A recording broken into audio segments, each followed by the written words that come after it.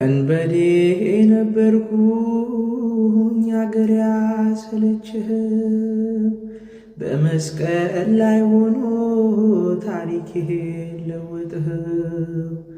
አስበኝ ስላልኩት በኋላ ስትመጣ ገነትን ለማየት የመጀመሪያው ሰው ሆንኩኝ ባህል እጣህ።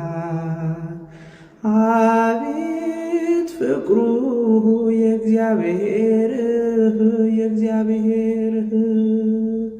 ግሩም ፍቅሩ የእግዚአብሔር